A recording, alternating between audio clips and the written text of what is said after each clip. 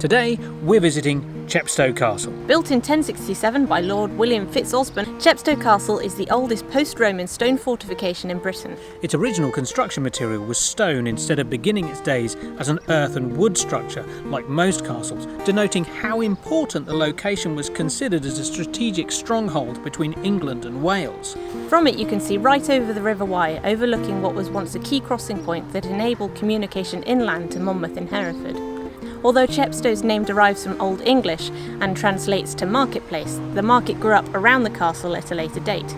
Chepstow Castle was not named so until the 14th century. Before then, it was called Striguil, which means, rather imaginatively, river bend. This is the first bit that you come into when you come into Chepstow Castle. This is quite a big area. It's a whacking great big courtyard. Quite an impressive thing, surrounded by buildings, all of which of course need to be explored. I've been abandoned by Joe, who's doing a bit of exploring all of our very own. Ye old Henry Hoover. So we are at Chepstow Castle. You get in through a little shop, into the kitchen, and then eventually you come round and out here where you can see right down the River Wye, and I can see the bend that I'm assuming the castle was originally named after, Striguil. And it's an absolutely stunning view, and you can see parts of the castle just perched on the cliff, and there's birds nesting around it and having a flitter, and there are pigeons in the alcoves. And I have to say, it is incredibly impressive. You can see why this was such a good defensive position as well, because it's incredibly silty, so at low tide you're not getting across it without getting stuck, and at high tide you're going to be spotted. And this castle is really well laid out so that they can see you coming from all angles. As a proper fortified castle, this is a really good one to come and see. So yes, come and see Chepstow Castle. Well, every castle of course needs somewhere for people to, go. And this is one of those. It's called a garderobe. A garderobe. I've never been entirely sure how you're supposed to say it. I'm sure somebody will tell me in the comments down below. But talking of down below, that's where whatever you're depositing goes. This is a hole that goes directly down to the river below. I mean, I can quite literally look down and see water quite a long way beneath me.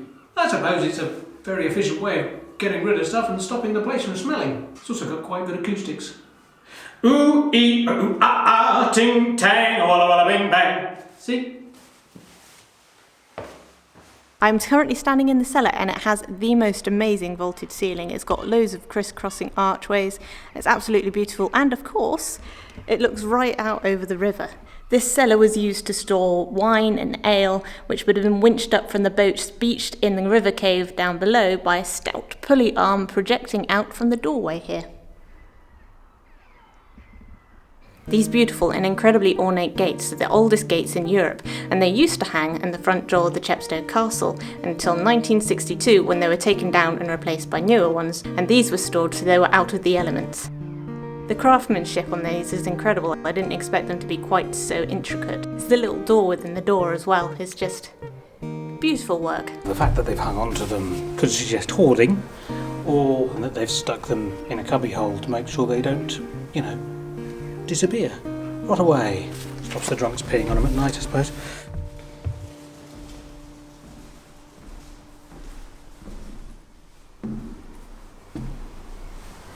It's all on a very grand scale. Big windows, big fireplaces, big flights of stairs, big courtyards, big rooms. Fairly high status place to live, as well as being very, very defensible. Call it what you will though. It's impressive.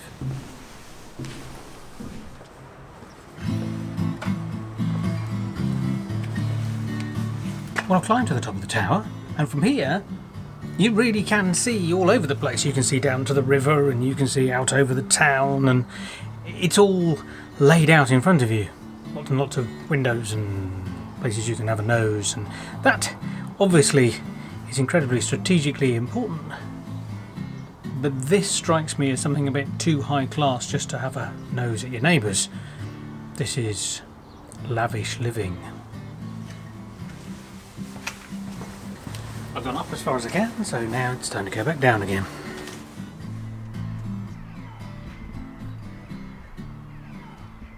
This is interesting. I've not seen a blocked up archer's slot before, and this is on the inside of the castle. We are now heading up to the next bit, although I think we might have missed a bit. Is this a bit we've missed?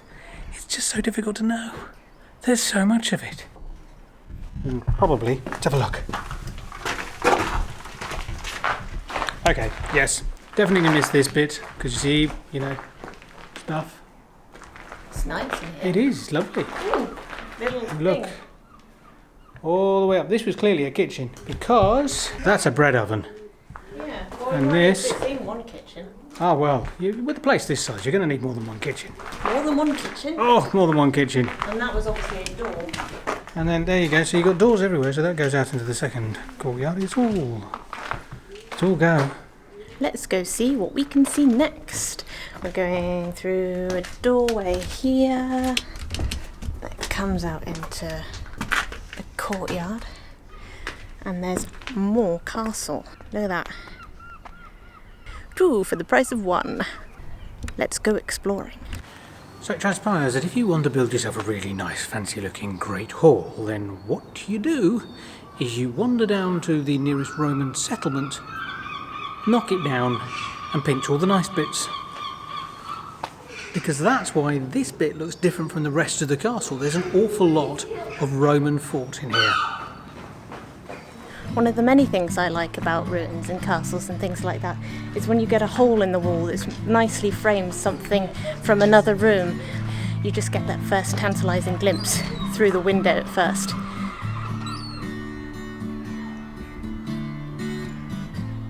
So that behind me is the back of the Great Tower. Down below me is yet another bailey. And then this bit that I'm standing on here is a walkway that allows you to go pa-chung, pa-chung with your bows and arrows to fire at the people on the Welsh side, and then over that way you can see the river, which allows you to go, oh look, pretty river. And of course to prevent people from trundling up and down with their boats if they want to head on up to Monmouth or Hereford or that sort of neck of the woods. Very important and strategic position, so it was. This barbican was added by the younger marshals to strengthen the westward side, because there clearly wasn't enough castle to do strengthening back then. It can officially be said there is an awful lot of this castle, so much so that I have finally reached the rear wall. It's stunning, it's a lovely walk in itself. It just baffles one that they would build so much of it. Of all of the things I've read about this castle, it's not described as a particularly well fortified one. Yet it looks impressive, and that may be the point. It may be that what they were really after was something that stood out in the countryside and just said, hey, look at me, I'm very, very powerful, about the person who lived in it more than the castle.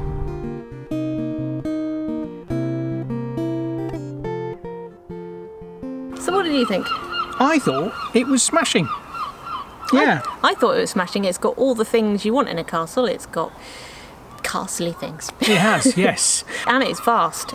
Really vast. Yeah, there's an awful lot of it. I mean, I know we've said this about castles we've visited in the past. We're surprised at how much is left. Yeah. But this is another one of those that you kind of go, I'm surprised they built this much. Well, they kept adding bits onto it. Yeah, and you have to wonder why. Because they really, really, really wanted to be defended. Well, yeah, but Against. apparently, from what I've read, it's not a particularly well-defended castle. Really? Yeah. A Well, lot 'cause of what I've read says, oh, it's a bit rubbish as a castle, but it's very impressive to look at. And that seems to be the point of the place. It's sort of... Well, they've got an awful lot of leisure places in here. Oh, yes. And it's nicely... Should we say it's nicely decked out? Or it was. Nice, pretty windows. They've got all those Yeah. completely useless for being defended against. But it's got a good defensive position right over the river. You Oh, can yeah. see anybody coming for miles. That's the thing. It's I an think it's a pretty interesting one. thing. It is a very It's pretty one. Yeah. Yeah, it's a very nice place. And the further up you go into the castle, the quieter it becomes. Yeah. And the better the views get. Yes. I'll also agree with that. But you can do it twice. You can do it once on the ground floor and once from the ramparts, because there's a walkthrough that goes quite some distance around Yeah. the castle. Yes. So the next time you find yourself in the vicinity of Chepstow, do pop along Yes. and have a look at the castle. Are you mocking my accent? No. Yes.